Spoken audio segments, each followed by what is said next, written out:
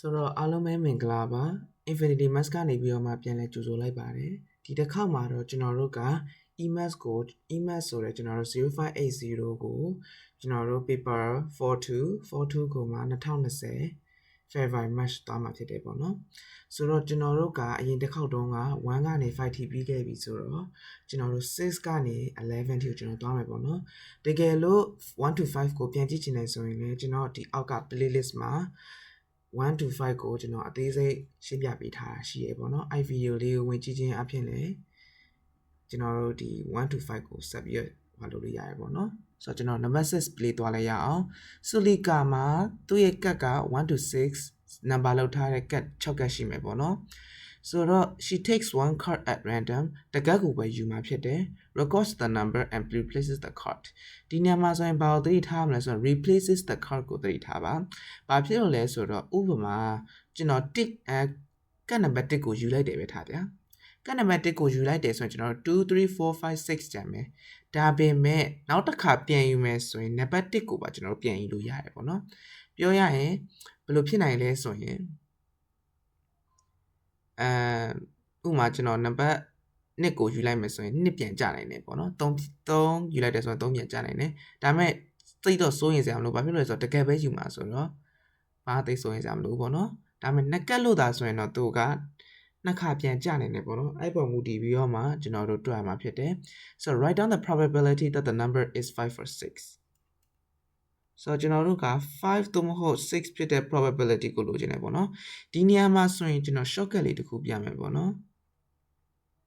and ဆိုရင်ကျွန်တော်တို့က always multiply လုပ်ပေးရတယ် or ဆိုရင်ပေါင်းပေးရတယ်ဒီဟာလေးကိုသိမယ်ဆိုရင်ကျွန်တော်တို့နည်းနည်းတွက်ကလွယ်မယ်ပေါ့နော်ဒါကတော့ probability shortcut နည်းလို့လည်းကျွန်တော်တို့ပြောရင်ပြောလို့ရတယ်ပေါ့နော် so တော့ကျွန်တော်တို့မှာက5သို့မဟုတ်6ဖြစ်နိုင်တဲ့ probability ဘယ်လောက်ရှိလဲပေါ့နော်ဆိုတော့ကျွန်တော်5ရဲ့ probability 5ဖြစ်ဖို့အတွက် probability က 1/6 oh sorry ကျွန်တော်ဟိုလေးဖြစ်နေလို့ text box က line နဲ့ဖြစ်နေဆိုတော့ 1/6 ပဲဖြစ်တယ်ဘာဖြစ်လို့လဲဆိုတော့ကျွန်တော်တို့မှာက1 to 6ကအစင်လိုက်ဟိုလိုသွားတာ9က6ခုထဲမှာတစ်ခုပဲရှိရတဲ့ကြောင့်မလို့ 1/6 multiply by 6ကလည်းကျွန်တော် 1/6 ပဲဖြစ်မယ်ပေါ့နော်ဒါမဲ့ဒီနေရာမှာကျွန်တော်အမြောက်လို့ရေးရမှာသွားတယ်ဘာဖြစ်လို့လဲဆိုတော့ तू က or နဲ့ခံထားပေးရဖြစ်တယ်ပေါ့နော် or ဆိုတော့ကျွန်တော်တို့ plus လုပ်ပေးရမယ်ပေါ့နော်ဆိုတော့နောက်ဆုံးအနေနဲ့ 2/6 ထွက်မယ်အဲ့ဒါကိုကျွန်တော်တို့ဒီရင် cancel out လုပ်ပြီးပေါ့နော်ဘာဖြစ်လို့လဲဆိုတော့ fraction တွေမှာကဒီတိုင်း simplify မလုပ်ထားတဲ့အမှတ်တွေထည့်ပေးထားမယ်ဆိုရင်ကျွန်တော်တို့ကအမှတ်ကိုရဖို့ကနည်းနည်းအမှတ်လျှော့နိုင်တယ်ပေါ့နော်ဆိုတော့ 1/3 အနေနဲ့နောက်ဆုံးအဖြေရလာမှာဖြစ်တယ်ဆိုတော့နံပါတ်2လေးသွားလိုက်ရအောင်ဆိုတော့ဆူလီကာကဒီကတ်ဆွဲတာကိုကျွန်တော်အခါ300လုပ်မယ်ပေါ့နော်အခါ300လုပ်တဲ့အချိန်မှာသူ့ရဲ့ expected outcome ဘယ်လောက်လဲဆိုတာကျွန်တော်တို့လိုချင်တာဖြစ်တယ် expected outcome ကိုကျွန်တော်တို့လိုချင်နေဆိုရင်စောနာတော့ကသူ့ရဲ့ probability အပေါ်မှာရထားပြီးသားဟာကိုဒီကျွန်တော်တို့ရဲ့ဘယ်လောက်လောက်ထားလဲပေါ့နော်ဘယ်လောက် try ထားလဲဆိုတဲ့ဟာပေါ်မူတည်ပြီးတော့မှ total outcome ကိုမြောက်ပေးရမယ်ပေါ့နော်ဒီနေရာမှာဆိုရင်ကျွန်တော်တို့က100 times ဆိုပြီးကျွန်တော်တို့ရမယ်ပေါ့နော်100 times ဖြစ်တယ်ပေါ့နော်ဆိုတော့ဒီပုံလေးရကြမယ်ထင်တယ် number 6ရဲ့ a လေးကတော့တမတ်နံပါတ်ဆိုတော့တိတ်တော့မတန်ဘူးပေါ့နော်ဒါပေမဲ့အမှန်လေးအပြည့်ရခြင်းနဲ့ဆိုရင်တော့ကျွန်တော်တို့ဒီပုံလေးရလဲအရင်ရေးကြည့်ရဲ့အပုတ်တွေထဲမှာပါတယ်ပေါ့နော်ဆိုတော့ကျွန်တော်နံပါတ် b လေးသွားလိုက်ရအောင် Solika takes 2 cards at random without replacement ဒီနေရာလေးမှာဘာလို့သတိထားစေချင်လဲဆိုရင် without replacement ဆိုတဲ့အချက်လေးကိုကျွန်တော်အဓိက highlight လုပ်ချင်တယ်ပေါ့နော်ဘာဖြစ်လို့ without replacement ကို highlight လုပ်ချင်လဲဆိုရင်ကျွန်တော်တို့ကဥပမာကျွန်တော်1ဆိုတဲ့ကဏ္ဍကိုထုတ်လိုက်တယ်ပေါ့နော်ပြီးတော့ကျွန်တော်တို့မှာ2 3 4 5 6ဖြစ်တယ်ပေါ့နော် without replacement ဆိုတဲ့နေရာမှာကျွန်တော်တို့နောက်တစ်ခါပြန်ကြမယ်ဆိုရင်1ပြန်ယူနိုင်တော့ဘူးပေါ့နော်2 3 4 5 6အဲ့5ကတ်ထဲတကက်ကိုပဲကျွန်တော်တို့ပြန်ယူရမှာဖြစ်တယ်ပေါ့နော်ဆိုတော့အဲ့ဒါလေးရမယ်ဆိုရင်ကျွန်တော်တွက်လို့ရပြီပေါ့နော်ဆိုတော့ the map b ရဲ့1ကိုသွားလိုက်ရအောင် find the probability that the sum of the numbers on the card is 5ဒီနေရာမှာဆိုရင် sum of the number is 5ဆိုတော့အရင်ဆုံး 5ကိုဘယ်နံပါတ်တွေပေါင်းရင်ရမလဲဆိုတဲ့ဟာနဲ့ကျွန်တော်သွားမယ်ပေါ့နော်ဆိုတော့5က1 plus 4 2 plus 3 3 plus 2 4 plus 1အစရှိသဖြင့်ကျွန်တော်4ခုရမယ်ပေါ့နော်ဆိုတော့ဒါလေးကိုကျွန်တော်တနေရာမှာထားလိုက်မယ်ဆိုတော့ဒါလေးကိုသိပြီဆိုရင်ကျွန်တော်စတွက်လို့ရပြီပေါ့နော်ဆိုတော့ကျွန်တော်တို့က P probability of sum of 5ကိုကျွန်တော်တို့လိုချင်တာဖြစ်တယ်အဲ့တော့ကျွန်တော်တို့က1/4နဲ့1 plus 4နဲ့4 plus 1နဲ့ကိုကျွန်တော်ဘာလုပ်လိုက်မလဲဆိုရင်တစ်ခုတည်းနဲ့ကျွန်တော်ထားလိုက်မယ်ပေါ့နော်ဘာလို့လဲဆိုတော့1လဲတူတူ4လဲတူတူဆိုတော့ကျွန်တော်တို့ကဒီနေရာမှာဆိုရင်1/6ပထမဆုံး1ကိုယူမယ်ဆိုရင်ကျွန်တော်တို့မှာက1ကိုယူလိုက်မယ်ဆိုရင်1ရဲ့ probability က1/6 multiply by ဒီနေရာမှာကျတော့ n ဖြစ်သွားမှာပေါ့နော်ဘာလို့လဲဆိုတော့1 and 4ပေါင်းမှကျွန်တော်တို့က9ခဲ့ရမှာဖြစ်တယ်ပေါ့5ဖြစ်တဲ့ဟာကိုရှာမှာဖြစ်တယ်ဆိုတော့ကျွန်တော်တို့က1/6ရပြီးသွားပြီဒါပေမဲ့ကျွန်တော်တို့က1ဆိုတဲ့ number ကိုယူလိုက်တဲ့အတွက်ကြောင့်မလို့သူ့ရဲ့ total outcome ကဘယ်လောက်ပဲဖြစ်နိုင်လဲဆိုရင်9ခုပဲဖြစ်နိုင်တော့တယ်9ခုထဲမှာမှတစ်ခုဆိုတော့ကျွန်တော်တို့1/5ဖြစ်သွားမှာပေါ့နော်ပြောရရင်ကျွန်တော်1ယော့သွားတယ်ပေါ့နော်2 3လဲတူတူပါပဲဘာဖြစ်လို့လဲဆိုတော့သူတို့အကုန်လုံးရဲ့ total outcome ကသူ့ရဲ့ probability က1/6ပဲဖြစ်တယ်ပြီးတော့မှယော့သွားတဲ့အတွက်ကြောင့်မလို့ကျွန်တော်တို့က1/5နဲ့ပြန်မြောက်ပေးရတယ်ပေါ့နော်ဆိုတော့ကျွန်တော်တို့က6 5လီ30 6 5လီ30ဆိုတော့1/15 plus 1/15ဖြစ်သွားပြီပေါ့6 5လီ30 30ကို2နဲ့စားတော့15ဆိုတော့1/15နောက်ဆုံးမှာကျွန်တော်တို့2/15ဆိုတဲ့ final answer ကိုရမယ်ပေါ့နော်ဆိုတော့ဒီပုံလေးလည်းရကြမယ်လို့ထင်ပါတယ်ဒီနေရာမှာ without replacement ဆိုတဲ့စကားလုံးလေးကိုအဓိကသတိထားစေချင်တယ်ပေါ့နော်ဆိုတော့ကျွန်တော်တို့ number 2လေးသွားလိုက်ရအောင် find the probability that at least one of the numbers on the card is a square number ဒီနေရာမှာ at least ဆိုတဲ့စကားလုံးလေးကိုကျွန်တော်သတိထားစေချင်တယ်ဘာဖြစ်လို့လဲဆိုတော့ဥပမာဒီမှာဆိုရင်ကျွန်တော်တို့ square number က2ခုပဲရှိတယ်1 and 4 2ခုပဲရှိတယ်ပေါ့နော်1နဲ့4နဲ့ဆိုပြီးနှစ်ခုပဲရှိတယ်ဒါပေမဲ့နှစ်ကတ်ဆွဲလိုက်တဲ့အတွက်ကြောင့်မလို့ကျွန်တော်တို့က1သို့မဟုတ်4ပါတဲ့ probability တစ်ခုလည်းဖြစ်နိုင်တယ်လို့1 or 4ကိုပါတဲ့ probability တွေကိုလည်းကျွန်တော်စဉ်းစားမှာဖြစ်တယ်ပေါ့နော်ဆိုတော့ကျွန်တော်ရေးလိုက်မယ်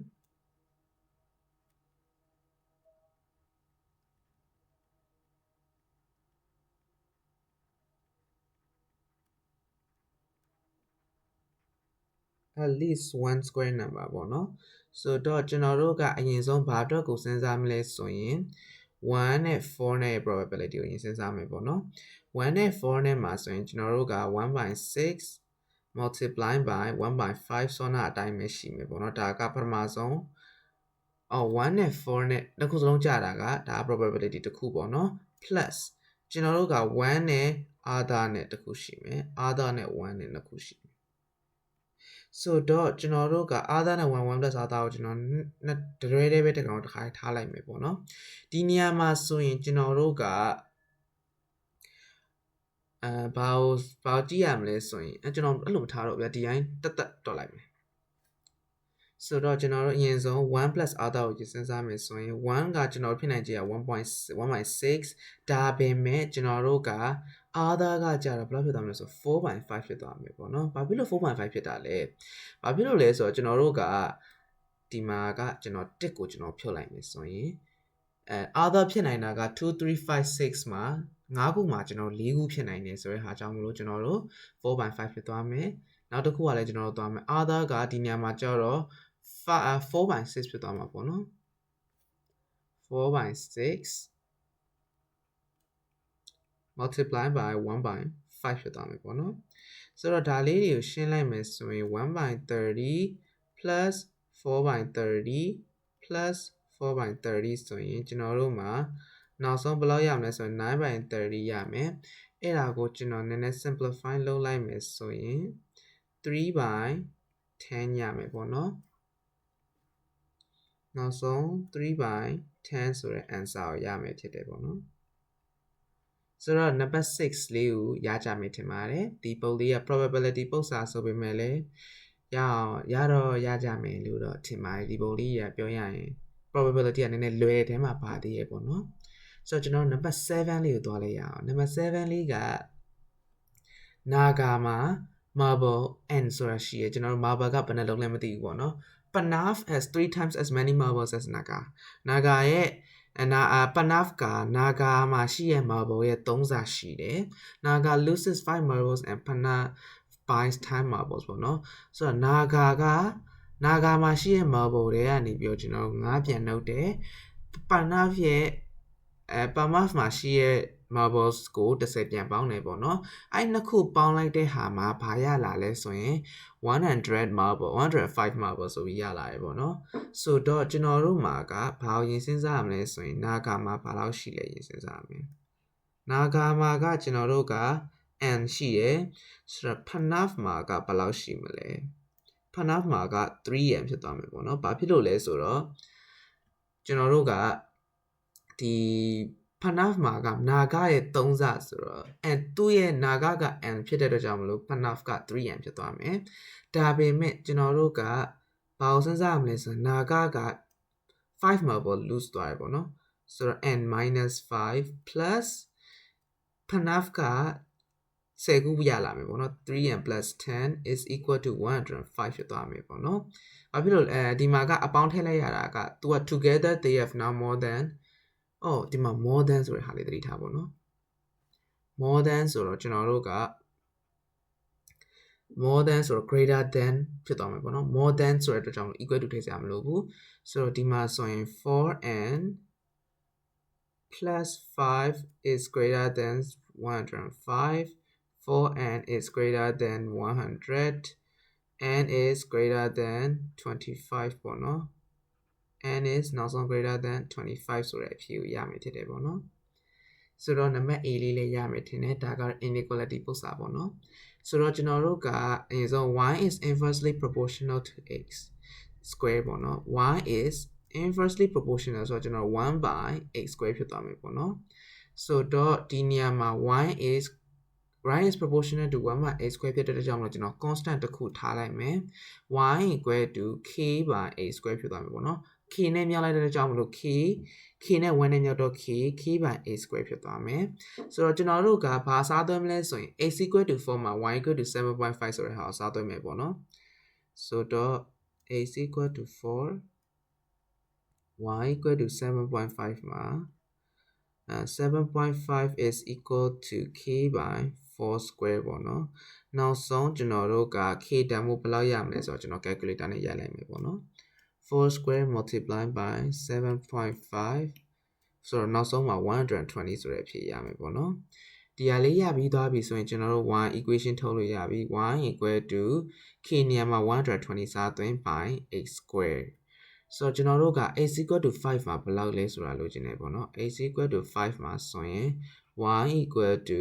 120 by 5 square ဆိုတော့120ကို25စားလိုက်မယ်ဆိုရင်နောက်ဆုံးမှာ 4.8 ဆိုတဲ့အဖြေကိုရလာမှာဖြစ်တယ်ပေါ့နော်ဆိုတော့ဒီပုံလေးလည်းရကြမယ်ထင်ပါတယ်ဘာလို့လဲဆိုတော့ဒါက proportionality ပုံစံဆိုတော့လေအစင်တော့ပြင်နေတယ်လို့ပြောလို့ရတယ်ပေါ့နော်ကဲဒါလေးကနည်းနည်းတော့ခက်သွားတယ်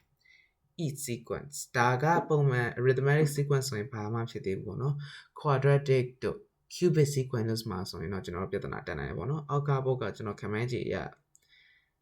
cubic ဖြစ်မယ်ထင်တယ်ဒါပေမဲ့ we will see about that ပေါ့နော်ဆိုတော့အရင်ဆုံးဒီပထမဆုံး sequence ရဲ့ end term ကိုရှာပါဆိုတော့ကျွန်တော်တို့ကဒီနေရာမှာဆိုရင်ဘာကိုကြည့်လို့ရမလဲဆိုရင်သူဘယ်လောက်ကျော့သွားလဲဟာကိုကြည့်လို့ရမယ်4ကနေ2ဆိုရင်ကျွန်တော်တို့က -2 2ကနေ0ဆိုရင်လည်း -2 ဒီမှာဆိုရင်လည်း -2 so on ပေါ့နော်ဆိုတော့ကျွန်တော်တို့မှာကဘာတွေ့ရလဲဆိုရင် a တန်မိုးက 4 a ဆိုတဲ့နေရာမှာကျွန်တော်တို့က first number ကိုရည်ညွှန်းထားတာဖြစ်တယ်ပေါ့နော်ပြီးတော့ d က -2 ဖြစ်တယ်ဆိုတော့ကျွန်တော်တို့က end term ဆိုတော့ကျွန်တော် un ကိုလိုချင်တာပေါ့နော်ဆိုတော့ un is equal to a plus n minus 1d ဖြစ်တယ်ပေါ့နော်ဆိုတော့ a တန်မိုးက 4 plus n minus 1 minus 2ဖြစ်တယ်ပေါ့နော်ဆိုတော့ကျွန်တော်ဒီနားလေးမှာနည်းနည်းလေးခြုံလိုက်မယ်ဘာလို့လဲဆိုတော့နည်းနည်းလေးရှည်မှာဆိုလို့ပေါ့နော်ပြီးတော့ကျွန်တော်တို့ကဘယ်လောက်ဖြစ်သွားမလဲဆိုရင် 4 plus n minus 1 over 2 so 4 minus 2n plus 2နောက်ဆုံးမှာ6 minus 2n ဆိုပြီးကျွန်တော်နောက်ဆုံး final answer ရလာမယ်ပေါ့နော်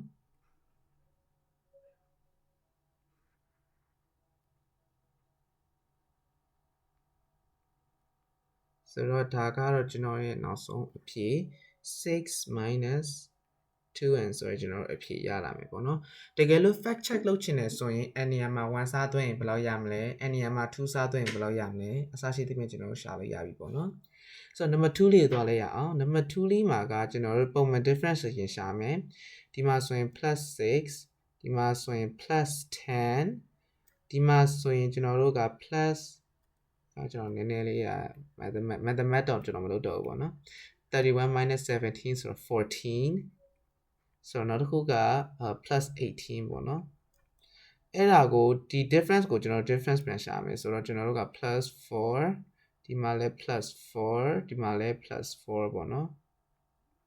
ဒီနေရာမှာဆိုရင်ကျွန်တော်တို့ဘာကိုတွေ့ရမလဲဆိုရင် quadratic sequence ကိုတွေ့ရမှာဖြစ်တယ်ပေါ့နော် quadratic sequence ဆိုတာကကျွန်တော်တို့ပထမဆုံးမှာ difference ယူလိုက်တဲ့အချိန်မှာသူက difference ကမတူနေတဲ့အတွက်ကြောင့်မလို့ difference ကို difference ပြန်ရှာရင်ကျွန်တော်တို့က quadratic sequence လို့ကျွန်တော်တို့ခေါ်တယ်ပေါ့နော်အဲ့ဆိုရင်ကျွန်တော်တို့ quadratic sequence ကိုဘယ်လို approach လုပ်မလဲဆိုတော့အရင်ဆုံးကျွန်တော်တို့ကဘာကိုကြည့်မလဲဆိုရင်ဒီနောက်ဆုံးကကောင်လေးကိုယင်ကြည့်မယ်ပေါ့နော်နောက်ဆုံးကကောင်လေးကိုကျွန်တော်တို့ဒီ form လေးနဲ့ပြင်မှာဖြစ်တယ်ပေါ့နော် un is equal to an square plus bn plus c ဆိုတဲ့ form နဲ့ပြင်မှာဖြစ်တယ်ဆိုတော့ကျွန်တော်တို့ကဘာလုပ်ရလဲဆိုရင်ဒီအောက်ဆုံးက difference ကို 2a ဆိုပြီးယူလိုက်ရတယ်ပေါ့နော် 2a ကိုကျွန်တော်တို့ 4 စားသွင်းတဲ့အချိန်မှာ a equal to 2ဆိုပြီးရလာတယ်ဆိုတော့ကျွန်တော်တို့က a equal to 2ဆိုတော့ 2n square ဖြစ်သွားမယ်ပေါ့နော်ကျွန်တော်တစ်ခါဒီမှာရေးပေးလိုက်မယ် 2n square ဖြစ်သွားမယ်အဲ့ဒါရသွားပြီဆိုရင်ကျွန်တော်တို့ကဘာလုပ်လိုက်မလဲဆိုရင် n နေရာမှာကျွန်တော်တို့1လေးအစားသွင်းမယ်ဆိုတော့အရင်ဆုံးဒီအပေါ်က sequence ကိုကျွန်တော်ပြန်ကူးမယ်ဘာလုပ်လဲဆိုရင်1စားသွင်းမယ်ပေါ့နော်1စားသွင်းလိုက်တဲ့အချိန်မှာဒီမှာ2ဒီမှာ8 and ဒီမှာက33လေး9နဲ့18ဒီမှာကဘယ်လောက်ဖြစ်မလဲဆိုတော့30နဲ့ဒီမှာဆိုရင်ကြတော့9 4 25 50ဖြစ်သွားမယ်ပေါ့နော်အဲ့ဒါကိုကျွန်တော်နှုတ်ချလိုက်မယ်ဆိုရင်နောက်ဆုံးနှုတ်လိုက်တဲ့အချိန်မှာ -1 -1 -1 ဆိုပြီးတော့အစရှိသဖြင့်ထွက်လာမယ်ပေါ့နော်ဆိုတော့ကျွန်တော်တို့ကအဖြေကဒီနေရာမှာ obvious ဖြစ်နေပြီ difference တူနေတဲ့အတွက်ကြောင့်မလို့ bn အောင်ကျွန်တော်တို့ b တောင်ရှာစရာမလိုတော့ဘူးเนาะ b က automatically 0ဖြစ်သွားမယ်ဆိုတော့နောက်ဆုံး c equal to ကဘယ်လောက်ဖြစ်သွားမလဲဆို -1 ဖြစ်သွားမယ်ပေါ့နော် therefore ကျွန်တော်တို့က un is equal to 2n square minus 1ဆိုပြီးကျွန်တော်တို့နောက်ဆုံးအဖြေရလာတာဖြစ်တယ်ပေါ့နော်ဆိုတော့ဒီပုံလေးက quadratic sequence မလို့နည်းနည်းတော့ရှုပ်ကောင်းရှုပ်လိုက်မယ်ဒါပေမဲ့ကျွန်တော်တို့ဒီပုံလေးကလည်းပြောရင်ဒီဘုတ်ကတော့မတန်ဘူးလို့တော့ကျွန်တော်ပြောရင်ပြောလို့ရတယ်ပေါ့နော်ဘာလို့လဲဆိုတော့2မှတ်တန်လောက်ကိုဒီလောက်ကြီးတွက်နေရဆိုတော့လေဒါပေမဲ့တကယ်လို့ if you get the hang of it this is also a free marks for you ပေါ့နော်ဆိုတော့ကျွန်တော်အမှတ်8ရဲ့ a လေးကိုသွားလိုက်ရအောင်ကျွန်တော်တို့ကအရင်ဆုံးဗာပေးထားလဲဆိုရင် quadrilateral တစ်ခုပေးထားတယ် PQR ဆိုတော့ quadrilateral ပေးထားတယ်ပြီးတော့မှအဲ့ဒါကိုမှ quadrilateral ကိုပိုင်းပြီးတော့မှ PQS နဲ့ QSR ဆိုတဲ့ triangle တစ်ခုလေးပေးထားရပေါ့နော်ဆိုတော့အရင်ဆုံးကျွန်တော်တို့ကဘာရှာရမလဲဆိုတော့သူက QR ကိုရင်ရှာခိုင်းတယ် QR ဆိုတော့ကျွန်တော် DR လေးကိုလိုချင်တာဖြစ်တယ် QR ကိုကျွန်တော်ဘယ်လိုရှာမလဲအရင်ဆုံးကျွန်တော်တို့ကဘာကိုကြည့်လို့ရမလဲဆိုရင် angle နှစ်ခုရှိတယ်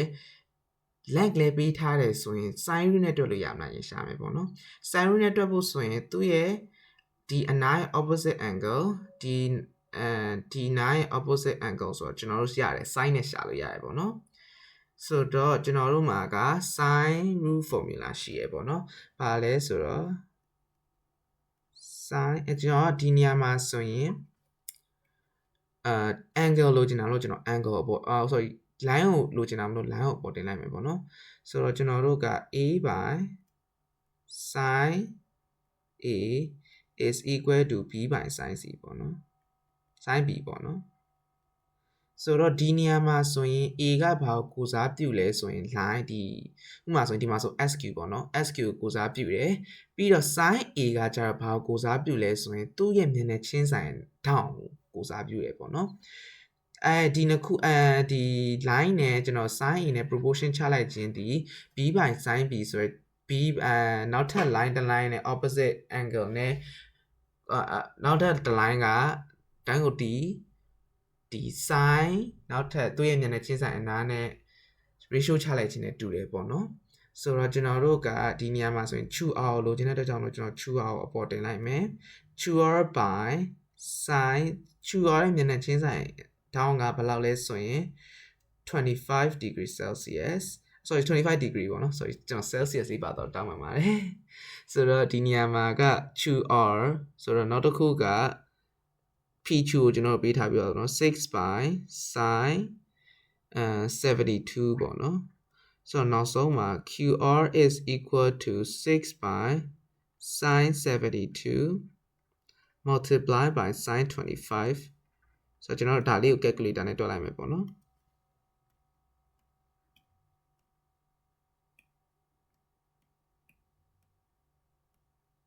ဒီနေရာမှာဆိုရင်တချို့ additional mathematics တွေရဲ့သူတွေဆိုရင်သတိထားပေးပါ degree မဟုတ်ပြန်ပြောင်းပေးပါပေါ့နော်ဆိုတော့နောက်ဆုံးမှာဘယ်လောက်ရမလဲဆိုရင် 2.666 ဆိုပြီးရလာမယ်ပေါ့နော်ကျွန်တော်အဲ့ဒါဆိုရင် 2.67 ဆိုပြီးတော့ပဲနောက်ဆုံး final answer ယူလိုက်မယ်ပေါ့နော်ဆိုတော့ကျွန်တော်တို့ဒီပုံလေးလဲရကြမယ်လို့ထင်ပါတယ်ဆိုတော့ကျွန်တော် number 2လေးကိုသွားလိုက်ရအောင် PS ကိုလိုချင်တယ်ကျွန်တော်တို့ကအရင်ဆုံး QS ကိုသိတယ်PQ ကိုသိတယ် PQS ကို PQS angle ကိုသိတယ်ပေါ့နော်ဒါဆိုရင်ကြတော့ကျွန်တော်တို့ကဘာ rule နဲ့သွားရမလဲဆိုရင်ကျွန်တော် cosine rule နဲ့သွားရမှာဖြစ်တယ်ပေါ့နော်ဒီဟာတွေအကုန်လုံးကိုဒီမှာတော့မပေးထားဘူးဗျ2020မှာတော့မပေးထားဘူးကျန်တဲ့ paper တွေမှာဆိုရင် cosine rule sin rule တွေကျွန်တော်တို့ကုန်ပေးထားကျွန်တော်ဒီမှာတစ်ခါရေးပေးလိုက်မယ်ပေါ့နော်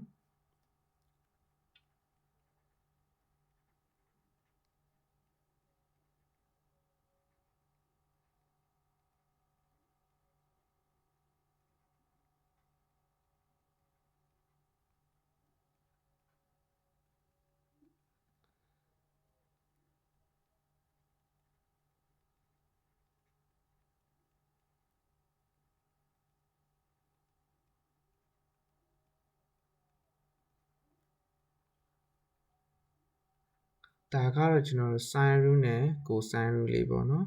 ဒါလေးကို match ချင်တယ်ဆိုရင်လည်းကျွန်တော် match လို့ရတယ်ပုံမှန်ဆိုရင်တော့ကျွန်တော် past paper လေးမှာနောက်က equation ထဲမှာပါလာတတ်တယ်ပေါ့နော်ဒါမဲ့ဒီမှာတော့မပါလာဘူးပေါ့နော်ဒါလေးရပြီဆိုရင်ကျွန်တော်တို့ cosine rule နဲ့သွားလိုက်ရအောင်ဒီနေရာမှာဆိုရင် c square ဆိုတာကကျွန်တော်တို့ဒီ angle ရဲ့မျက်နှာချင်းဆိုင်အနားကိုလိုချင်တာဖြစ်တယ် a square နဲ့ b square ဆိုတာကဒီ angle ဖြစ်အောင်ဖြစ်လာအောင်ဆက်ထားပြီးတဲ့ line တစ်ခုပေါ့နော် minus 2ab ကတော့ဆိုတော့သိတဲ့အတိုင်း pq နဲ့ qs cos c ကတော့ဒီ angle လေးကိုပြောချင်တာဖြစ်တယ်ပေါ့နော်ဆိုတော့ကျွန်တော်နည်းနည်းလေးရပြီကျွန်တော်ဒီလိုပဲထားလိုက်တော့မယ်ဆိုတော့ကျွန်တော်တို့က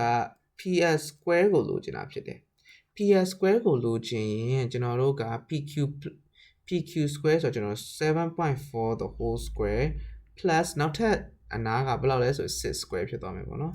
6 square minus 2 7.4 6ဒီမှာဆိုရင် AB နေရာမှာကျွန်တော်စားသွင်းလိုက်တဲ့ဟာလေးပြောပြလိုက်တာပေါ့နော်ပြီးတော့ 2AB cos C နေရာမှာကျွန်တော်တို့က34ဖြစ်သွားမယ်ပေါ့နော်ဆိုတော့ကျွန်တော်တို့ PS is equal to ကျွန်တော်တခါလဲအကုန်လုံး square root တင်ချလိုက်ပြီပေါ့နော် 7.4 the whole square plus 6 the whole square minus 2 7.46 cos 34ဖြစ်သွားမယ်ပေါ့နော်ဆိုတော့ဒါကိုကျွန်တော် calculator နဲ့ရိုက်လိုက်မယ်ဆိုရင်အဖြေထွက်လာမယ်ပေါ့နော်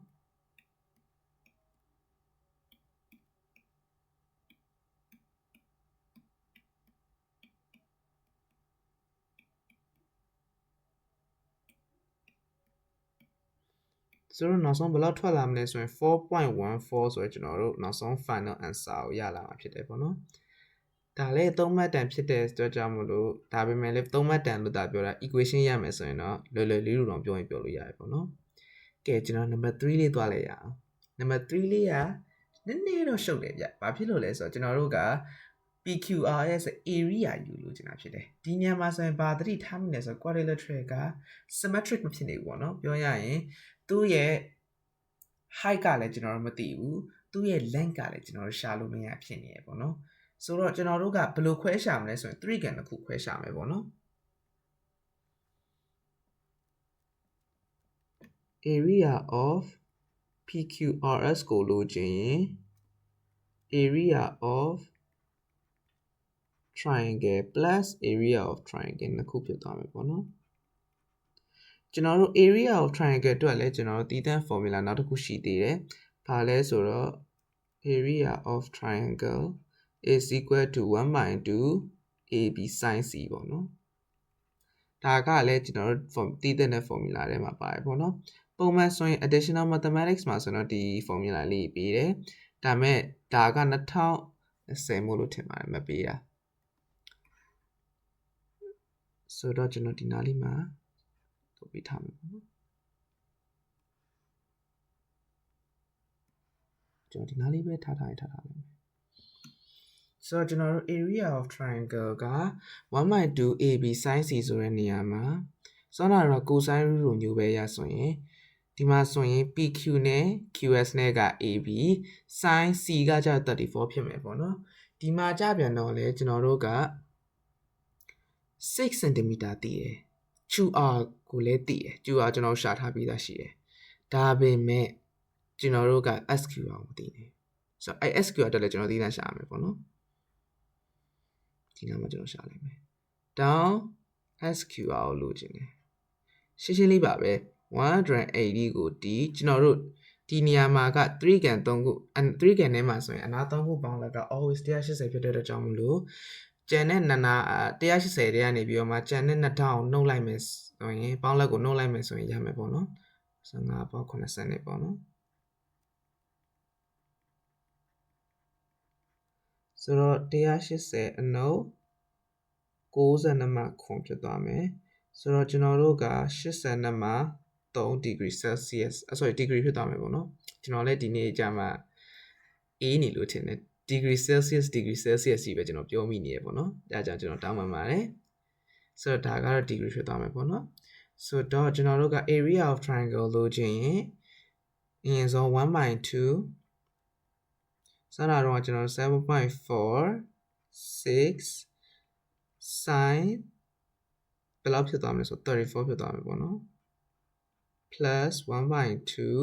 ဒီမှာကျွန်တော်စောနာရထား 2.67 နဲ့6နဲ့ယူမယ်ပေါ့နော် sin ဒီမှာဆိုရင်စောနာတော့ရထား83ကိုယူရမှာဖြစ်တယ်ဆိုတော့ဒါကြီးတစ်ခုလုံးကိုကျွန်တော် calculator နဲ့ရိုက်ပေးမယ်ပေါ့နော်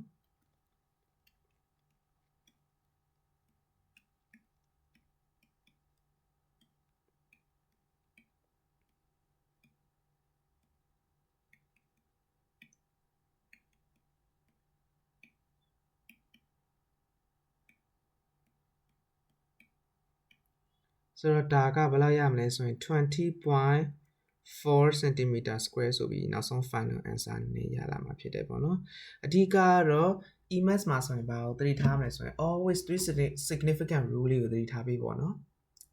ဆိုတော့ကျွန်တော်နံပါတ် B ပုံလေးသွားလဲရအောင် B ပုံလေးကကြတော့ကျွန်တော်တို့ကသူပေးထားတဲ့အချက်လက်တွေရဆိုရင်တော်တော်စုံပါတယ် AB ကို20ပေးထားတယ် BC ကို18ပေးထားတယ် AE ကို16ပေးထားတယ်ပေါ့နော်ပြီးတော့ဒီ rod တစ်ခုလုံးက40 cm လောက်ဆိုတော့ကျွန်တော် AA stand ပို့လည်းပေးထားရပေါ့နော်ဆိုတော့ကျွန်တော်တို့က AA က40 cm လို့ကျွန်တော်ပေးထားပြီးသားပေါ့နော်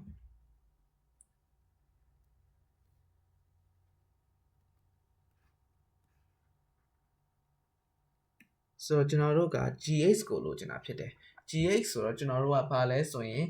AH rod ရဲ့အပြင်ဘက်ကိုထွက်သွားတဲ့ဒီအချောင်းလေးရဲ့အလေအောက်လိုချင်တာဖြစ်တယ်ပေါ့နော်ဆိုတော့အရင်ဆုံးဘာကိုရင်ရှာရမလဲဆိုရင် AG ကိုရင်ရှာရမယ်ပေါ့နော်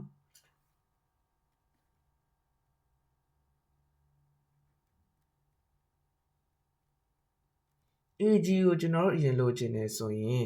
ဘာကိုရင်ရှာရမလဲဆိုရင် AC ကိုရင်ရှာရမယ်ပေါ့နော် ဘာဖြစ်လို့ကျွန်တော်တို့ AC ကိုရှာတာလဲကျန်တဲ့အနားကြီးလည်းရှာလို့မရဘူးလားအဓိကကတော့ကျွန်တော်တို့ AC ကိုရှာရတဲ့ရည်ရွယ်ချက်က AC ကိုကျွန်တော်တို့ဆက်လိုက်မယ်ဆိုရင်ဘာကိုသတိထားမိမလဲဆိုရင်ဒါလေးကလည်း right triangle ဆိုကျွန်တော်သတိထားမိမယ်ဗျာပြီးတော့ကျွန်တော် AC ပြီးဆိုရင်ကျွန်တော်ဒါ right triangle လေးသတိထားမိမယ်အဲ့ဒါဆိုရင်ကျွန်တော် AC ရှာဖို့အတွက်ဆိုရင်ကျွန်တော် Pythagoras နဲ့တွက်မယ်ဆိုရင်ကျွန်တော်ရှာလိုက်ရတယ်ဆိုတော့ကျွန်တော်တို့ကဒီမှာဆိုရင် AC squared equal to AB squared plus BC squared ကျွန်တော်တို့က AC square ဆိုတော့ကျွန်တော် AC လို့ပဲတစ်ခါလေးပြင်လိုက်တော့မယ် square root of ကျွန်တော် AC square လို့ပဲထားလိုက်မယ်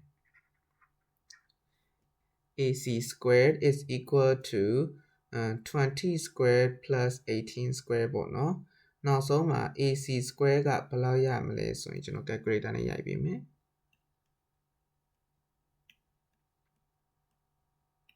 724ရမယ်ပေါ့နော်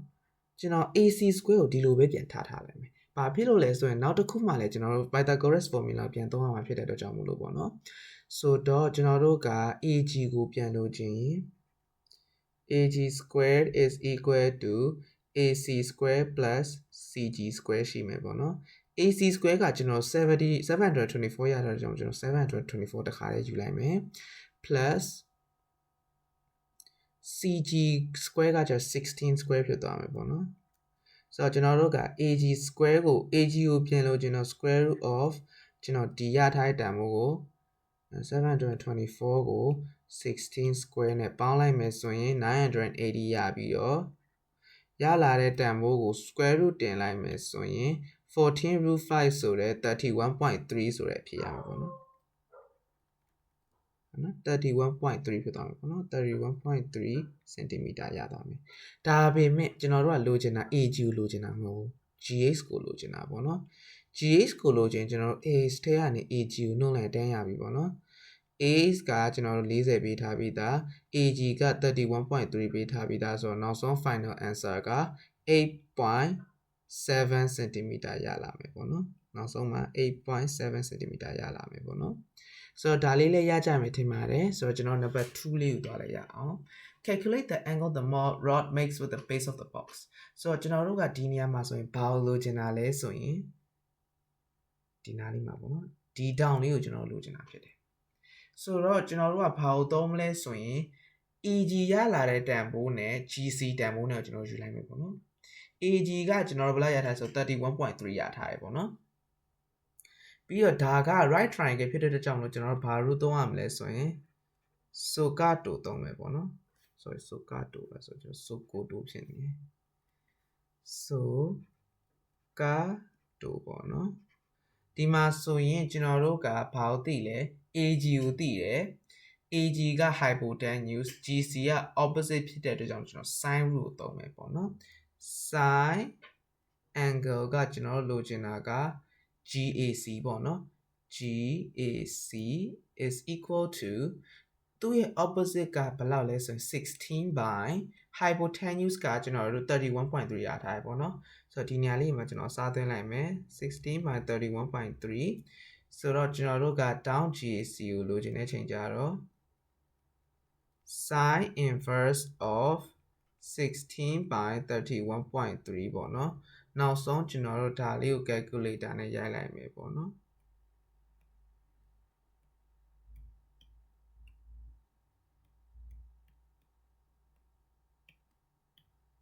30.7ဆိုတဲ့နောက်ဆုံးအဖြစ်ရလာမယ်ပေါ့နော်ဒီနေရာမှာဆိုရင်လည်း angle ဆိုတော့ကျွန်တော်သတိထားပေးပါ always one decimal place ပါပဲ3 significant မဟုတ်ပါဘူးဆိုတော့ကျွန်တော်တို့ကနောက်တစ်ပုဒ်လေးသွားကြည့်ရအောင်ဘာလဲဆိုတော့ကျွန်တော်တို့က number 9ပုဒ်လေး number 9ပုဒ်က fan type ပဲเนาะကျွန်တော် number 8လေးပုဒ်လေးရကြမယ်ထင်တယ်ပေါ့နော်ဒါကတော့ဒီတိုင်း triangle property လေးတွေဘာညာရဲ့ triangular formula လေးတွေနဲ့တော့သိမယ်ဆိုရင်เนาะဒီပုဒ်က6မှတ်4မှတ်10မှတ်18မှတ်ကြည့်အောင်ကျွန်တော်တို့ပေးထားပါပေါ့နော်အမှတ်ကတော့တော်တော်ယူတဲ့အပုဒ်ဖြစ်တယ် anyways ကျွန်တော် number 9လေးကိုသွားလိုက်ရအောင် number တော်တော်ခက်အပုဒ်ကြီးပြီးသွားပြီဆိုတော့နည်းနည်း relax ဖြစ်မဲ့အပုဒ်လေးကိုသွားရအောင်This year, 40 students have each traveled by one or more of plane, train, or boat. ကျွန်တော်တို့မှာ plane ရှိမယ် train ရှိမယ် boat စီးကြတဲ့သူတွေရှိမယ်ပေါ့နော် 7 have only traveled only by plane ပေါ့နော်ဒီညမှာ only ကိုသတိထားပါ only ဆိုတဲ့အတွက်ကြောင့်မလို့ ဘာကိုယူရမလဲဆိုရင် plain only ဆိုတော့ကျွန်တော်တို့ plain ရဲ့အပြင်ဘက်ကိုပဲယူရမှာဖြစ်တယ်ပေါ့နော် intercept ဖြစ်နေတဲ့ point တစ်ခုမှယူလို့မရဘူးပြီးတော့ 11 have only traveled by train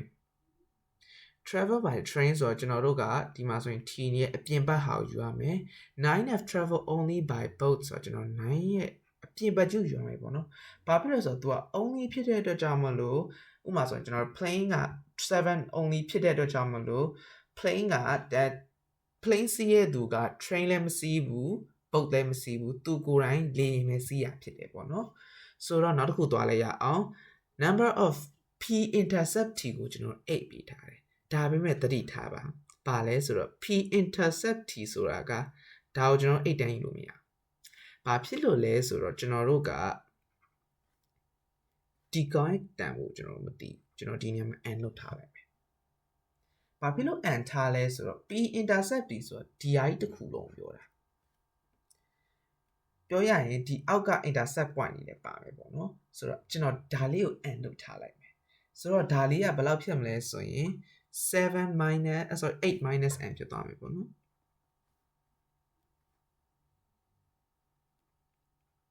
8 minus n ဒီမှာဆိုရင် p intercept b ဆိုတော့ဒါက6 minus n ဒီမှာကကျတော့3 minus n ဖြစ်သွားမယ်ပေါ့နော်ဆိုတော့ကျွန်တော်တို့ကအဲ့ဒါလေးကိုတွက်မယ်ဆိုရင်ကျွန်တော်တို့က total သိထားတယ်40ဆိုတာပေးထားတယ်ပြီးတော့ no one ဆိုတာလည်းမရှိဘူး each travel by one or more လို့ပေးထားတဲ့အတွက်ကြောင့်မလို့မသူမှမစီးဘူးတဲ့သူမရှိတဲ့အတွက်ကြောင့်မလို့ကျွန်တော်တို့ no value လည်းမရှိဘူးပေါ့နော်ဆိုတော့ဒါကိုဘာလုပ်လိုက်မလဲဆိုရင်ဒီဟာတွေအကုန်ဒီ van diagram တစ်ခုလုံးပေါင်းလိုက်မယ်ဆိုပေါ့နော်7 plus 8 minus n plus n plus 6 minus n plus 3 minus n plus 11 plus 9ကဘာနဲ့ညီမလဲဆိုရင်40နဲ့ညီမယ်ပေါ့နော်ဆိုတော့ဒါလေးကိုရှင်းလို့ရတဲ့ဟာလေးရှင်းမယ်ဒီနေရာမှာဆိုရင် minus n နဲ့ plus n နဲ့ခြေလို့ရပြီဆိုတော့နောက်ဆုံးမှာဘယ်လောက်ကျန်မလဲဆိုရင်8ခွန်15 15 6 21 21 3 24 24 17ဆိုတော့32မှာ5 32မှာ5ကို19 35နဲ့9ဆိုတော့42မှာ4ပေါ့နော်44 minus n equal to 40နောက်ဆုံး n တန်ဖိုးကဘယ်လောက်ရမလဲဆိုရင်4တဲ့ကျွန်တော်ခိုင်းကျွန်တော်အဲ့နည်းနည်းမှားနေတယ်နည်းနည်းပြန်တွက်ကြည့်လိုက်ပါဦးမယ်ဘာလို့လဲဆိုတော့ n က4ဖြစ်နေတယ်လေဆိုတော့ကျွန်တော်နည်းနည်းပြန်တွက်လိုက်ပြီနော်ကျွန်တော်နည်းနည်းလေးမှားသွားမယ်ထင်တယ်7 plus 8 minus n plus n plus 6 minus n plus 3 minus n plus 11 plus 9 equal to 40 oh yes I see it ဒီမှာ minus n plus n ကြည့်သွားမယ်ဒါပေမဲ့ n က 2n ဖြစ်သွားမှာပေါ့နော်44 minus 2n equal to 40ဖြစ်သွားမှာပေါ့နော်အဲ့ဒါကျွန်တော်လဲသွားပါတယ်ဆိုတော့ minus 2n is equal to minus 4n is equal to 2ဆိုရဖြစ်ရမယ်ပေါ့နော်ဆိုတော့နောက်ဆုံးမှာကျွန်တော်တို့ Venn diagram ပြန် fill up လုပ်လိုက်မယ်ဆိုရင်8 minus 2ဆိုတော့ကျွန်တော်တို့က6 n ကကျွန်တော်တို့ဆွမ်းတာတော့2ရပြီးသွားပြီ6 minus n ဆိုတော့ကျွန်တော်တို့က4ဒီမှာက1ဆိုတော့ကျွန်တော်4 1ဆိုပြီးကျွန်တော်နောက်ဆုံးအဖြေရမယ်ပေါ့နော်တကယ်လို့make sure လုပ်ချင်တယ်ဆိုရင်တော့ကျွန်တော်ဒါလေးကိုအကုန်ပေါင်းကြည့်ပြီးတော့40ပြည့်လားဆိုတာစစ်မယ်ဆိုရင်လည်းရတယ်ပေါ့နော်ဆိုတော့ဒီပုံလေးလည်းရကြမယ်လို့ထင်ပါတယ်အဲ့ဒါဆိုရင်ကျွန်တော်တို့နံပါတ် B လေးကိုသွားလိုက်ရအောင် P union B intercept B prime ပေါ့နော် P union B ဆိုတဲ့နေရာမှာ P union B ဆိုရင်ကျွန်တော်တို့ကဒီဟာလေးကိုပြောတာဖြစ်တယ်ဒါပေမဲ့ prime ဖြစ်တဲ့အတွက်ကြောင့်မလို့သူ့ရဲ့အပြင်ဘက်ကဟာတွေပဲပါတော့မယ်ပေါ့နော်ဆိုတော့ဒီနေရာမှာဆိုရင် P union B ဆိုတော့76421 အကုန်ပါတယ်ပေါ့နော်11ပဲပါတာဒါပေမဲ့ prime လောက်လိုက်တဲ့အတွက်ကြောင့်မလို့ဒီအထဲထဲက value တွေမပါတော့ဘဲနဲ့17တခုတည်းသာကျန်တော့မှာဖြစ်တယ်ပေါ့နော်ဒါကြောင့်မလို့အဖြေက17ဖြစ်တယ်ပေါ့နော်ဒီမှာကျွန်တော်တို့ကဒါကြီးတစ်ခုလုံးကပေးထားတယ်ဒါကိုမှ intercept ဆိုတော့သူ့ရဲ့အပြင်ဘက်ကဟာတွေယူလိုက်တာဖြစ်တဲ့အတွက်ကြောင့်မလို့11တခုတည်းအပြင်ထွက်နေရမလို့11ပဲထွက်မယ်ပေါ့နော် use set notation to complete the statement ဆိုတော့ကျွန်တော်တို့က set notation ကိုသုံးပြီးတော့မှဒီ statement ကို complete လုပ်ပြရမယ်ပေါ့နော်ဆိုတော့ဒီနေရာမှာဆိုရင် P union B T union B ကို prime လုပ်လိုက်မယ်ဆိုရင်ဘယ်လောက်ထွက်မလဲဆိုတဲ့ဟာကိုပေးထားရပေါ့နော်ဆိုတော့ဘာလို့ရမလဲဆိုရင် P union T union B ဆိုတော့ကျွန်တော်တို့ပြောရင်ဒီဟာလေးပြောနော်ဒီဟာလေးဖြစ်တဲ့အတွက်ကြောင့်မလို့ set notation အရဆိုရင်ဘာလို့တိုင်းလိုက်လဲဆိုတော့ကျွန်တော် no value လို့ကျွန်တော်တစ်ခါရေးလို့ရမယ် or ကျွန်တော်တို့ဘာလို့ရေးလို့ရမလဲဆိုရင် nothing no value ဖြစ်တဲ့ file ကိုလည်းကျွန်တော်ပြန်ရေးလို့ရတယ်ပေါ့နော်ဒါကတော့နှစ်ခုစလုံးရေးလဲအမှတ်ပေးရပေါ့နော်ဆိုတော့ဒီပုံလေးလဲရကြမယ်လို့ထင်ပါတယ်ဆိုတော့ကျွန်တော်နံပါတ် D ပုံလေးသွားရအောင် two students are chosen at random calculate the probability that they have both traveled only by plane only by plane ဆိုတော့ကျွန်တော်တို့ကဒီနေရာမှာဆိုရင်7ဒီမှာ7ပေးထားရပေါ့နော်ဆိုတော့ကျွန်တော်တို့ရှာကြည့်ရအောင်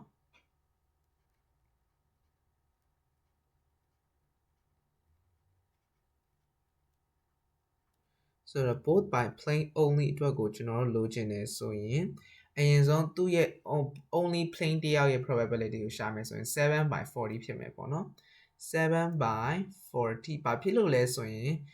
ပထမဆုံးသူ့ရဲ့ only by plane က9ယောက်အဲ့ဒါမှ total က40ဆို7 by 40ဒါပေမဲ့နောက်တစ်ခုကကြတော့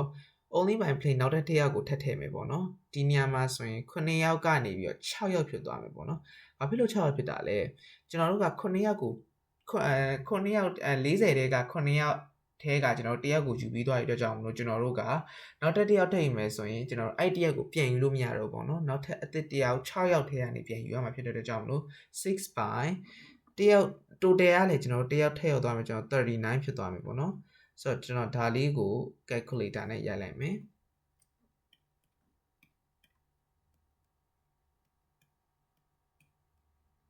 ဆိုတော့ကျွန်တော်တို့နောက်ဆုံးအဖြေဘယ်လောက်ရလာမလဲဆိုရင်7 by 260ဆိုတဲ့အဖြေရလာမယ်ပေါ့နော်ဆိုတော့7 by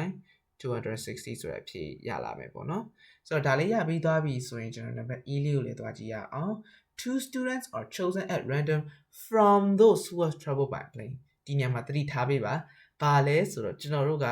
chosen at random တော့ဟုတ်တယ်ဒါပေမဲ့ဘယ်ဟာကိုယူမလဲဆိုရင် travel by plane ထဲရပဲကျွန်တော်ယူမယ်ပေါ့နော်ပြောရရင်ကျွန်တော် T ဆိုတဲ့ set ထဲရပဲကျွန်တော်ယူမယ်ပေါ့နော် T ဆိုတဲ့ဒီ7.6နဲ့2.6ဆိုတဲ့ဟာပဲကျွန်တော်ယူမယ်ဖြစ်တယ်ပေါ့နော် calculate the probability that they also travel by plane both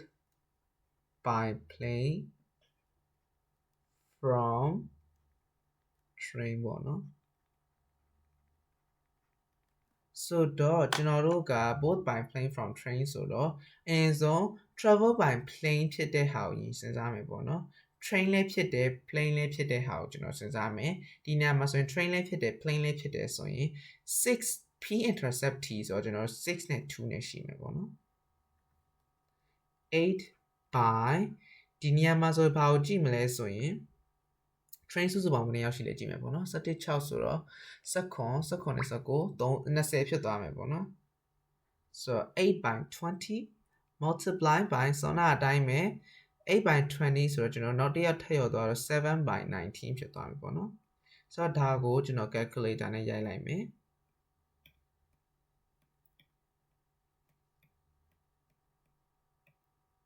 နောက်ဆုံးဘယ်လောက်ရလာမလဲဆိုရင်14 by 95ဆိုရယ် finalized answer ရလာမယ်ပေါ့နော်ဆိုတော့ဒါကတော့ probability plus Venn diagram ပါတယ်ပေါ့နော်ဒီတစ်ခေါက်မေးခွန်းမှာထူးထူးခြား probability တော်တော်များများမေးတယ်ပေါ့နော်ဒါမဲ့အားလုံးပဲရကြမယ်လို့ထင်ပါတယ်ဆိုတော့ကျွန်တော်နံပါတ်10လေးကိုသွားကြည့်ရအောင်ဒါကတော့ function ပုတ်ပေါ့နော်ကျွန်တော်အကြိုက်ဆုံးအပုတ်လို့လည်းပြောရင်ပြောလို့ရတယ်ပေါ့နော်ဆိုတော့ကျွန်တော်တို့က f of x ကို4 minus 1ပေးထားတယ် g of x ကို a square ပေးထားတယ် h of x ကို3 power minus x ပေးထားတယ်ပေါ့နော်ဆိုတော့ find in the simple form fx minus 3ပေါ့နော်ဒီနေရာမှာဆိုရင်ကျွန်တော်တို့က fx minus 3ကိုလိုချင်ရင်စောနာတော့ပုံမှန် x expression နေရာမှာ x minus 3ကိုအစားသွင်းလိုက်ပြီးတော့ minus 1လုပ်လိုက်ရတယ်ပေါ့နော်ဆိုတော့ 4x minus 12 minus 1ဆိုရင်နောက်ဆုံးမှာ 4x minus 13ဆိုရင်နောက်ဆုံး simplify answer ရလာမယ်ပေါ့နော်ဒီနေရာမှာဆိုရင် simplest form နဲ့လောက်ခိုင်းထားတဲ့အတွက်ကြောင့်မို့ဒီတိုင်းတော့ထားခဲ့လို့မရပါဘူး ဘယ်နေရာထိထားခဲ့ရမလဲဆိုတော့ကျွန်တော်ဒီနေရာအထိကိုကျွန်တော်အဓိက clue အနေနဲ့ထားခဲ့ရမှာဖြစ်တယ်ပေါ့နော်ဆိုတော့ဒီပုံလေးလေးရပြီဆိုရင်ကျွန်တော်တို့နံပါတ်10ရဲ့ A ရဲ့ 2 လေးကိုသွားလိုက်ရအောင်သူကဘာလိုချင်တာလဲဆိုတော့ g of 5x ကိုလိုချင်တာဖြစ်တယ်ဖြစ်မှာပေါ့နော်ဆိုတော့ g of 5x ဖြစ်တဲ့အတွက်ကြောင့်မလို့ကျွန်တော်တို့က x နေရာမှာ5ကိုစားသွင်းမယ်ဒီနေရာမှာသတိထားပေးပါ the whole square တင်ပေးပါဘာဖြစ်လို့လဲဆိုတော့ x နေရာမှာ 5x အစားသွင်းလိုက်တဲ့အတွက်ကြောင့်မလို့5ကိုပါ square ကတက်ရောက်နေရမယ်ပေါ့နော်ဆိုတော့နောက်ဆုံးမှာဘယ်လောက်ထွက်မလဲဆိုတော့ 25x square ထွက်မယ်ပေါ့နော်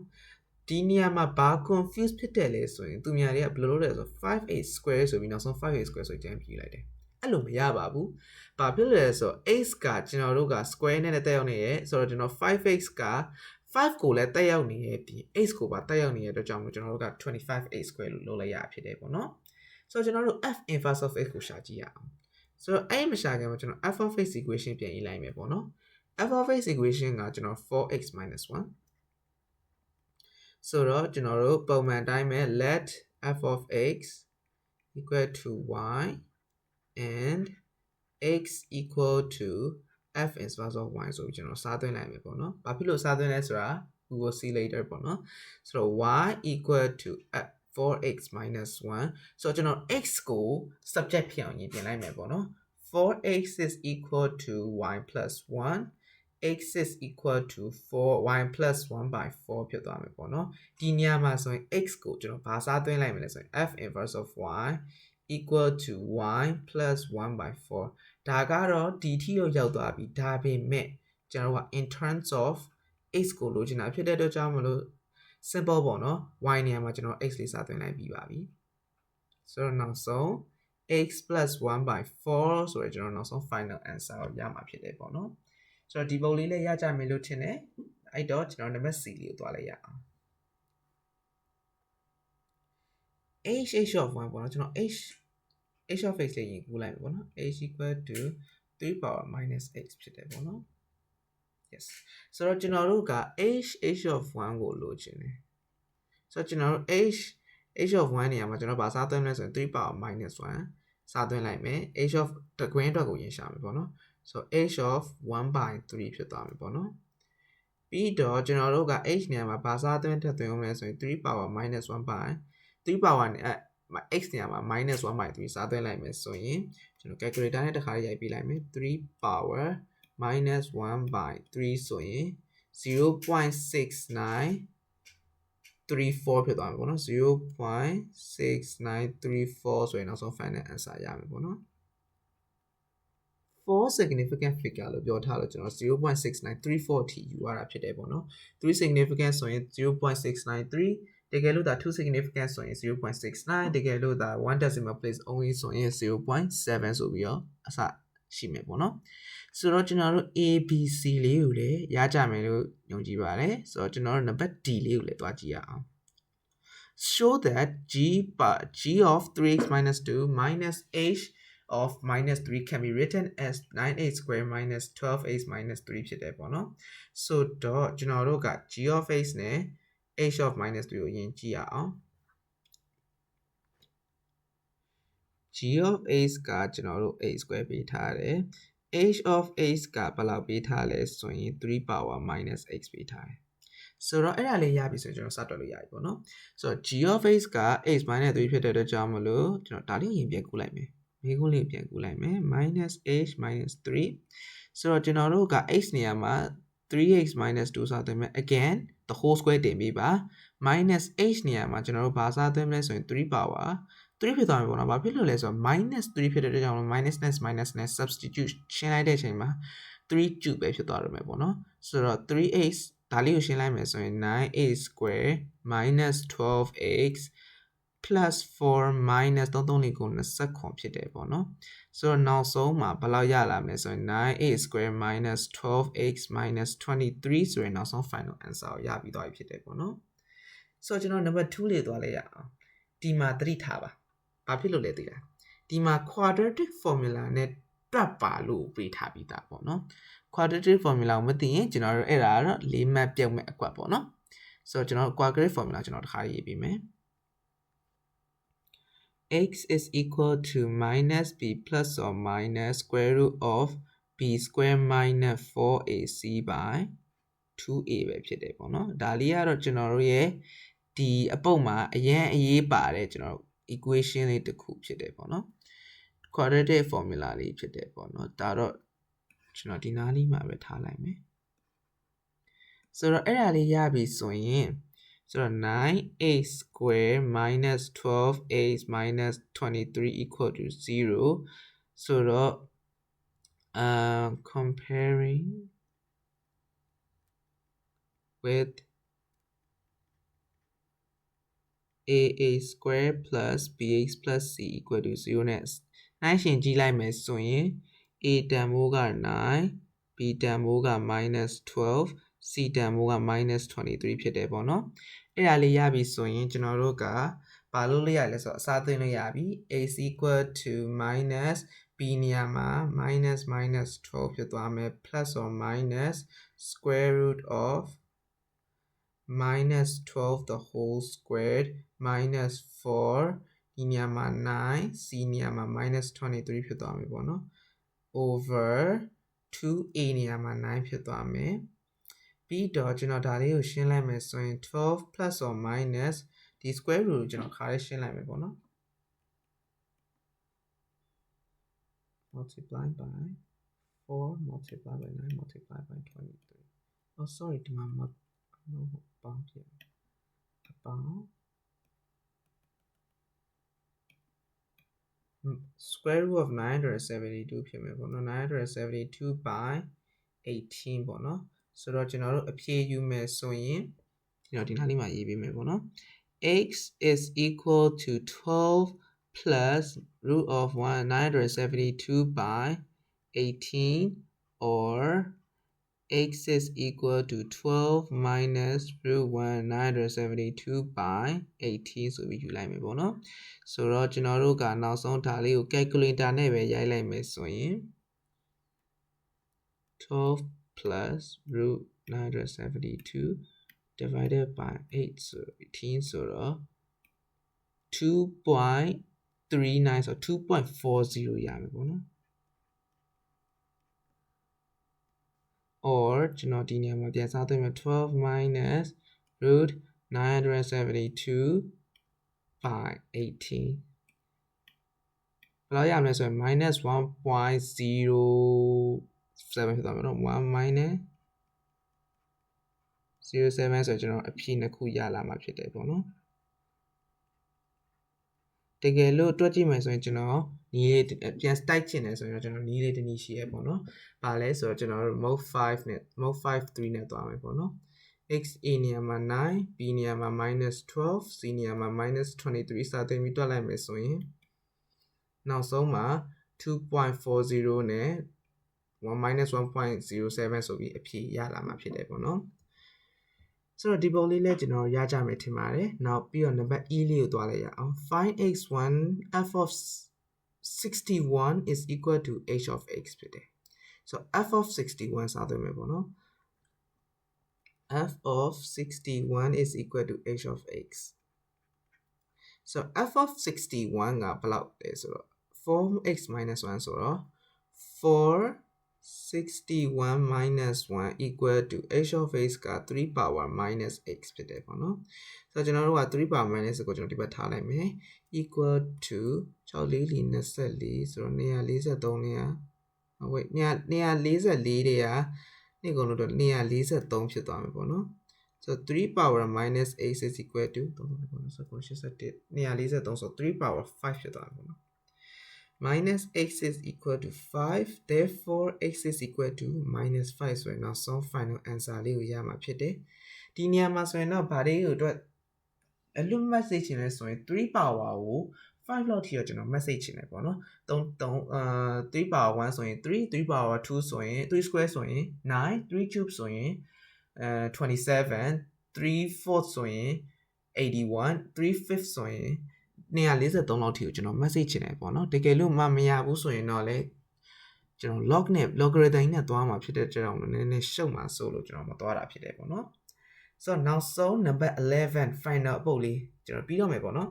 ဆိုတော့11 a Corpus equation y equal to h cube minus 3x plus 4 ဒီ equation ပေးထားတယ် write down the coordinate of the two stationary points ဆိုတော့ကျွန်တော်တို့ကဘာရင်သိရမလဲဆို equation ကြီးပြန်လိုက်မယ်ကျွန်တော်တို့ stationary တစ်ခုဖြစ်ဖို့အတွက်ဆိုရင်သူ့ရဲ့ line နဲ့ line မှာရှိတဲ့ဘာကိုရှာမလဲဆိုတော့ dy by dx 0ဖြစ်တဲ့ဟာကိုရှာမယ်ပေါ့နော်ပြောရင် gradient 0ဖြစ်တဲ့ stationary point ကိုရှာမှာဖြစ်တယ်ပေါ့နော်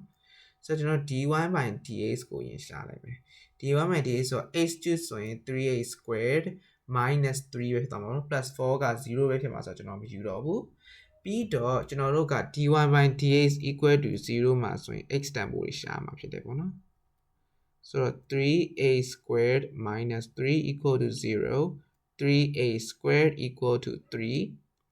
a squared is equal to 1 x is equal to plus or minus 1ဆိုတော့ကျွန်တော် x တန်ဖိုးတွေရလာမယ်ပေါ့နော်အဲ့ဒါလေးရပြီးသွားပြီဆိုရင်ကျွန်တော် x equal to 1မှာ y equal to ဘာလို့လဲစသွင်းမယ်ပေါ့နော်1 cube minus 3 1 plus 4ဆိုရင်ကျွန်တော်တို့က2ရမယ်ပေါ့နော်x equal to minus 1မှာဆိုရင် y တန်ဖိုးက minus 1 cube minus 3 minus 1 plus 4 so ဒါက minus 1 plus 3ဆိုတော့ဒီမှာက6ပဲထွက်မှာပေါ့နော်ဒီမှာဆိုရင်1ဒီမှာဆိုရင်2ဒီမှာဆိုရင် minus 1ဒီမှာဆိုရင် 6ဆိုတဲ့အဖြစ်နဲ့ထွက်မယ်ပေါ့နော် x တန်ဖိုး1မှာ y တန်ဖိုး2ကို coordinate ရေးတော့ 1,2 x equal to minus 1မှာဆိုရင် y က6ဖြစ်တော့ minus 1,6ဆိုပြီးရမယ်ပေါ့နော်ဒီနေရာလေးမှာတတိထားစေချင်တယ် a square equal to 1ဆိုပြီး x equal to 1ဆိုပြီးမလုပ်လိုက်ပါနဲ့ဘာဖြစ်လို့လဲဆိုတော့ကျွန်တော် a square မှာ1 square ဆိုတာ1လည်းဖြစ်နိုင်တယ်လို့ minus 1 square ဆိုတာလည်း1ဖြစ်နိုင်တယ်ပေါ့နော် square ကပြောရရင်ပြန်ရှင်းလိုက်မယ်ဆိုရင်အပေါင်းလည်းဖြစ်နိုင်တယ်လို့အနှုတ်လည်းဖြစ်နိုင်တယ်အထဲတွေကဖြစ်နိုင်တယ်ပေါ့နော်ဆိုတော့ဒါလေးကိုလည်းကျွန်တော်တို့ရကြမယ်တင်တယ် additional mass 0606ရွေးသူတွေဆိုတော့ဒါကတော့အလွယ်လေးပဲဖြစ်မယ်လို့တော့ထင်ပါတယ်ဆိုတော့ကျွန်တော်နံပါတ်နောက်ဆုံးပုတ်လေးကျွန်တော် B လေးကိုသွားလိုက်ရအောင် determine whether each statement is a maximum or a minimum maximum ဖြစ်လား minimum ဖြစ်လားဆိုတော့ကျွန်တော်ရှာမှာဖြစ်တယ်ဆိုတော့ဒါလေးကိုကြာတော့ကျွန်တော်ဘာနည်းနဲ့တွက်မလဲဆိုရင်ကျွန်တော်ဒီ second derivative နဲ့တွက်မယ်ပေါ့နော် second derivative ဆိုတဲ့နေရာမှာကျွန်တော်တို့ပုံမှန် dy by dx တန်ကိုရထားပြီးသား value ကျွန်တော်ရေးလိုက်မယ် dy by dx is equal to 3h squared minus 3ဒီ dy by dx ရထားတဲ့ value ကျွန်တော်တို့ပြန်ပြီးတော့မှဘာလုပ်မလဲဆိုရင် differentiate မယ်ပေါ့နော်ဘာဖြစ်လို့ second derivative ရှာခိုင်းလဲဆိုရင်သူ့မှာဒီ tube graph ဒီမှာဆိုရင်ဒါ tube graph ဖြစ်တယ်ပေါ့နော် tube graph ဖြစ်တဲ့အကြောင်းကျွန်တော်တို့မှာနှစ်ခုရှိတယ်အပေါ်က maximum အောက်က minimum နဲ့ point ရှိရပေါ့နော်ကျွန်တော်တို့ကခုနကရထားတာ turning point တွေပဲရထားတာပေါ့နော်ဒါပေမဲ့ကျွန်တော်တို့ကဘာလိုချင်တာလဲဆိုရင် maximum ဘယ် point က maximum လဲဘယ် point က minimum လဲလိုချင်တဲ့အတွက်ကြောင့်မလို့ second derivative ဒီ gradient ကိုမှကျွန်တော် second derivative ပြန်လုပ်လိုက်ပြီးတော့မှ stationary point ကိုရှာမှာဖြစ်တယ်ပေါ့နော်ဆိုတော့ d square 1 by dA square ဆိုရင်နောက်ဆုံး 6x ကိုပဲရတယ်ပေါ့နော်ဆိုတော့ကျွန်တော်တို့က x equal to 1မှာ d square y by dA square ကဘယ်လောက်ဖြစ်မလဲ6 by 1ဖြစ်တဲ့အတွက်ကြောင့်မလို့6ဖြစ်မယ်ဒါပေမဲ့ကျွန်တော်တို့ကဘာကိုစဉ်းစားမလဲဆိုတော့ opposite way thinking နဲ့စဉ်းစားမယ်ကျွန်တော်ဒီနေရာမှာရေးပြလိုက်မယ်မှတ်လို့တင်တဲ့ဟာလေးပေါ့နော် d square y by dA square က greater than 0ဖြစ်နေခဲ့မယ်ဆိုရင် it is minimum ဖြစ်တယ် greater than 0ဆိုရင် minimum ပြီးတော့ d square y by dA square က less than 0ဖြစ်နေခဲ့မယ်ဆိုရင် it is maximum ကျွန်တော်ဒီဟာလေးကိုသုံးပြီးတော့လုပ်မှာဖြစ်တယ်ပေါ့နော်ဒီ main base ကိုသုံးပြီးတော့ကျွန်တော်တို့တွက်သွားမှာဖြစ်တယ်ကျွန်တော်ဒါလေးကိုနည်းနည်းခြုံလိုက်မယ်ပေါ့နော်ဆိုတော့ဒါကဒီလိုပေါ့နော်ဆိုတော့ကျွန်တော်တို့က d square y by dA square 6ဖြစ်တဲ့အတွက်ကြောင့်မလို့ and therefore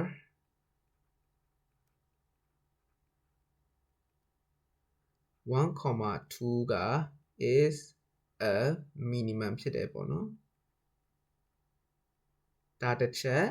ပြီးတော့ x equal to minus 1မှာဆိုရင် minus 1မှာဆိုရင် d square y by dA square က ဘယ်လောက်လဲဆိုရင် -6 ဖြစ်တယ် therefore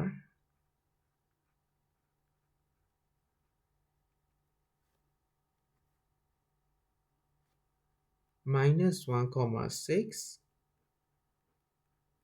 x a maximum ဖြစ်သွားမယ်ပေါ့နော်။ဘာဖြစ်လို့လဲဆိုတော့ဒီနေရာမှာက less than 0ဖြစ်တဲ့အတွက်ကြောင့်မလို့ maximum greater than 0ဆိုရင် minimum ဆိုပြီးတော့ကျွန်တော်တို့ရလာမှာဖြစ်တယ်ပေါ့နော်။ဆိုတော့ဒါကတော့ကျွန်တော်တို့ဒီ passive ပါအကုန်လုံးပဲပေါ့နော်။တကယ်လို့ပြန်ပြီးတော့မှ number 1ကနေဒီ number 11ထိတွက်ထားတဲ့အကုန်လုံးကို work past paper ကိုကြည့်ချင်တယ်ဆိုရင်ကျွန်တော်ရဲ့ဒီ Infinity Math ဆိုတဲ့ Facebook page မှာလာပြီးFacebook မှာဖြစ်တယ်ဆိုတော့ TikTok page မှာလာပြီးတော့မှကျွန်တော်အကုန်တင်ပေးထားရပေါ့နော်အဲ့ကနေတစ်ဆင့်မှာကျွန်တော်တို့ကြည့်ချင်တဲ့ past paper တွေကိုကျွန်တော် scroll down လုပ်ပြီးတော့မှကြည့်လိုက်မယ်ဆိုရင်ရမယ်ပေါ့နော်ဆိုတော့ဒီအထိအားလုံးပဲနားထောင်ပေးကြလို့ကျေးဇူးထူးပင်တင်ရှိပါတယ်ကျွန်တော်တို့နောက်ထပ် past paper တွေမှာပဲတွေ့ကြမယ်ပေါ့နော်ဆိုတော့အားလုံးပဲ bye bye ပါ